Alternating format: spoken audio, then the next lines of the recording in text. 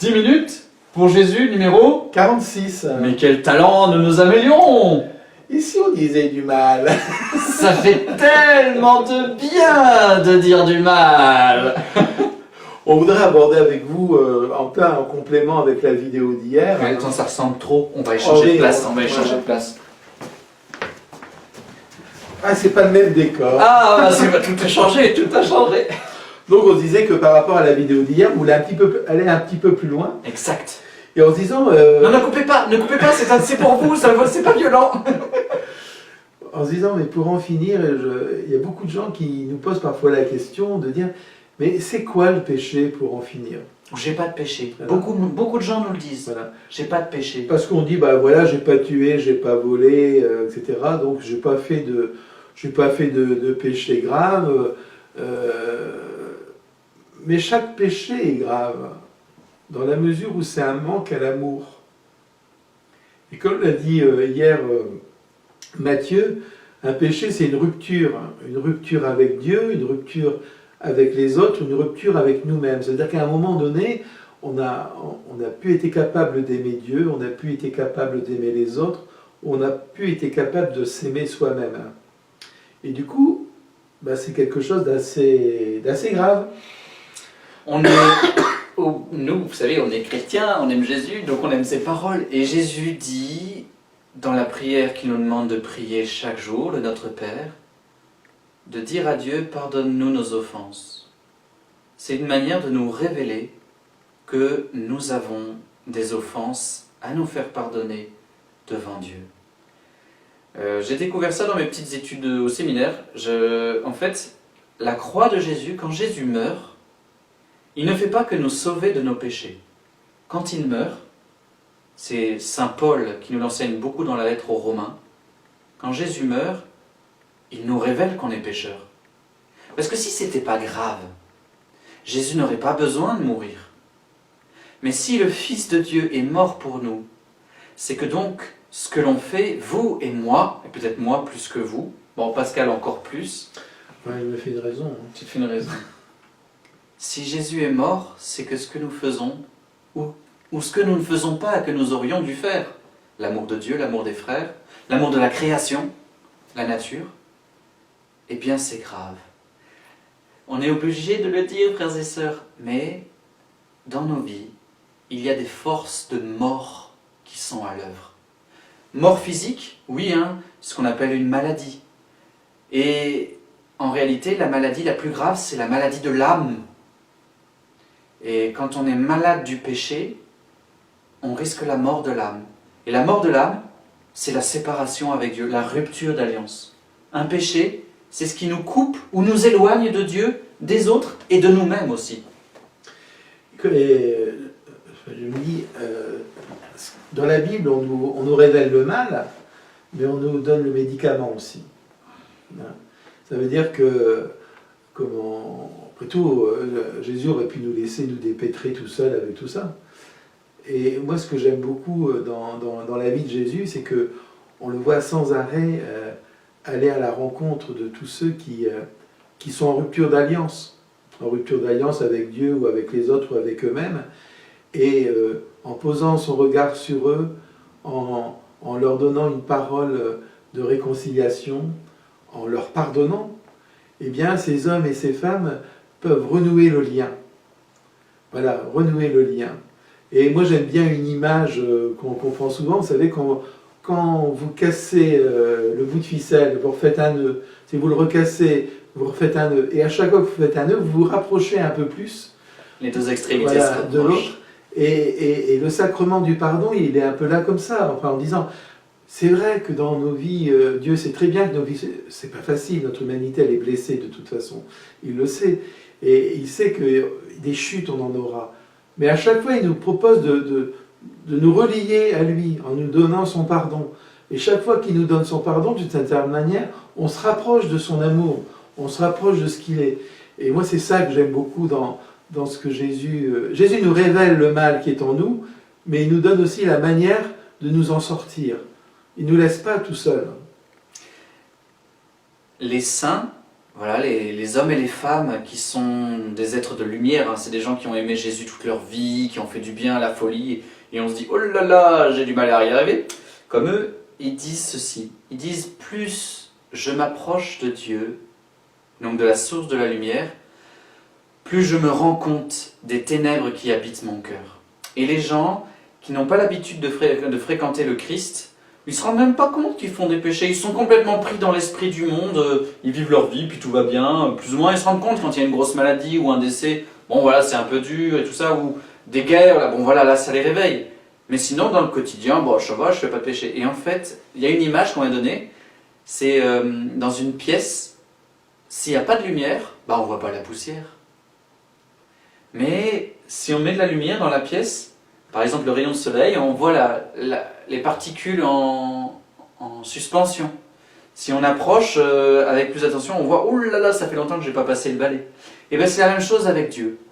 Plus vous êtes en relation d'amour avec Dieu, plus vous vous rendez compte que vous êtes loin de lui, en fait, « Oh, dans ta vie, mon petit Matthieu, il y a ça qui ne va pas. » « Ah bon? Allez, je fais des efforts, Jésus, je t'aime plus. » Ah, Matthieu, il y a ça aussi. « Ah bon? Matthieu, il y a ça. » Oh. Mais ce qui compense, c'est que plus on s'approche de lui, plus il y a sa tendresse qui nous remplit. Et moins on a peur d'ouvrir son cœur, parce qu'on sait qu'il nous aime, il nous sauve de tout ça justement. La Bible, la foi, nous donne à la fois le diagnostic de notre maladie et le médicament. L'amour de Dieu, l'amour de Dieu, l'amour de Dieu. Oui, et puis je crois que quand quand Dieu nous révèle cette part de ténèbres qui est en nous, c'est pas pour nous culpabiliser ou pour nous entasser encore plus, c'est pour nous dire je te donne le moyen de t'en sortir d'une certaine manière. Appuie-toi sur moi, et si tu as l'impression que c'est trop dur pour toi, appuie-toi sur moi. Aie confiance en mon amour pour toi, aie confiance en ma miséricorde pour toi. Mais surtout, je veux dire, accroche-toi à moi si tu veux, si tu as l'impression que c'est trop dur pour toi. Et ça, c'est quelque chose quand même de fort dans la Bible. On s'aperçoit d'un Dieu qui chemine avec nous, qui n'est pas là pour nous entasser. Il est là pour que notre vie corresponde davantage à ce qu'il est pour en finir, pour que la rencontre soit encore la plus belle de l'autre côté. Il y a un passage de Zachée, vous savez, un Zachée c'est le petit bonhomme qui monte dans un arbre, il est vraiment petit de taille, et il monte dans un arbre pour voir Jésus, sinon avec les grandes personnes il ne verrait pas. Donc, et puis Jésus l'interpelle, Jésus voit Zachée dans son arbre, il dit « Zachée, il faut que je demeure chez toi ». Et Jésus vient manger, Zachée l'accueille, Jésus vient manger chez Zachée, je l'ai dit, et à ce moment-là, Zachée se convertit parce qu'il se rend compte qu'il est voleur et que voilà, il doit cesser et du coup il a l'acte contraire, il va donner 4 fois plus à ceux qu'il a volés. Voilà. Mais ça n'est possible, cette conversion de Zachée, que parce qu'il a laissé venir Jésus dans son cœur. Il y a parmi nous, souvent on a un réflexe, ce qu'on appelle la culpabilité. Il y a une culpabilité qui conduit à la vie et une culpabilité qui conduit à la mort.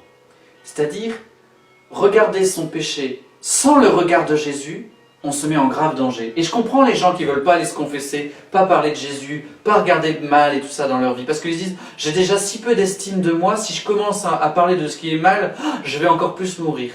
Alors que c'est l'inverse, mais c'est l'inverse si on le fait avec Jésus. Le regard de Zachée est converti par le regard de Jésus. Zachée doit apprendre à s'aimer lui-même pauvre, et ça n'est possible que si Jésus vient dans sa maison. Et la confession, c'est ça. Quand vous ouvrez votre cœur à un prêtre, déjà le faire en cœur à Dieu, c'est déjà un premier pas. C'est très important cette relecture du soir. Mais si vous voulez vraiment être pardonné, l'Église vous donne le sacrement du salut.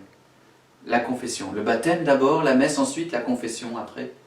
Cette confession, c'est une lumière qui rentre et qui vous dit, Matthieu ou Gaston, ou François, Paul, Kevin, Tiffany, bref j'arrête, tu vaux mieux que ce que tu as fait. Moi je veux venir dans ton cœur, je viens te sauver du mal que tu as fait, je viens te libérer du mal que tu as fait. Laisse-moi mettre la lumière dans ton cœur. Laisse-moi enlever la poussière de mort pour y mettre ma lumière de vie. Mais parfois, on n'a vraiment pas envie de se confesser quand même, Père Pascal. Ben oui, parce que la confession, on entend beaucoup de gens nous dire moi je me confesse en direct à Dieu. Et on les aime, ces gens-là. Mais oui, bon, puis c'est bien déjà. C'est un premier pas très important. S'ils le font, je trouve que c'est déjà pas si mal. Mais la rencontre avec un prêtre, d'abord le prêtre, il va se confesser aussi, hein, rassurez-vous, parce qu'on est autant pécheurs que vous. Peut-être même plus. Voilà, et même le pape, il va se confesser. Hein, donc voilà. Mais à ce moment-là, nous prêtres, d'ailleurs, je trouve que c'est là où on sent peut-être le plus notre mission de pasteur. On est là au nom de Jésus, quoi. C'est à Jésus que vous parlez, c'est pas à Pascal ou à Matthieu, c'est au Christ que vous parlez, à qui vous ouvrez votre cœur. Et nous, on est juste là, on n'est pas là pour vous questionner ou quoi que ce soit, on est juste là pour vous dire, parce que tu as eu ce courage, cette volonté de venir à la rencontre de Jésus, Jésus ne peut que te pardonner, quoi. Ne peut que te donner son pardon. Et vous savez, je me dis, ça nous aide à nous sortir de nos culpabilités, ça nous aide à nous sortir de autocentrisme, de ce qui nous ronge pour en finir. Moi, j'ai déjà entendu des gens en fin de vie me dire des choses parce qu'ils allaient quitter de ce monde et je me suis dit, mais il a traîné ça pendant toute sa vie, ça lui a bouffé sa vie, c'est quelque chose qui ressurgissait souvent dans sa vie, et parce qu'il n'a pas su le livrer un jour dans la confession, mais il a traîné ça toute sa vie comme un boulet.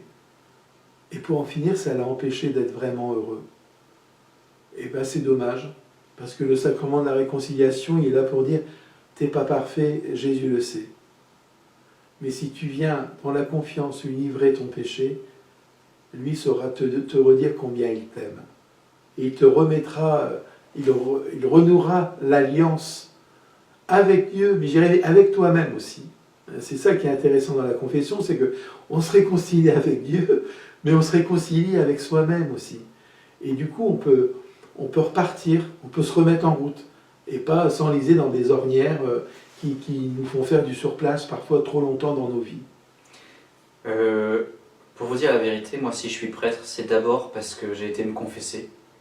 Et j'étais tellement touché parce que le prêtre me parlait de Jésus qui continuait de m'aimer en fait, que c'est là où j'ai eu vraiment envie d'être prêtre pour dire à d'autres, tu sais, mais Dieu continue de t'aimer, il va te sauver, il va te libérer, il t'aime, tu vaux mieux que ce que tu as fait.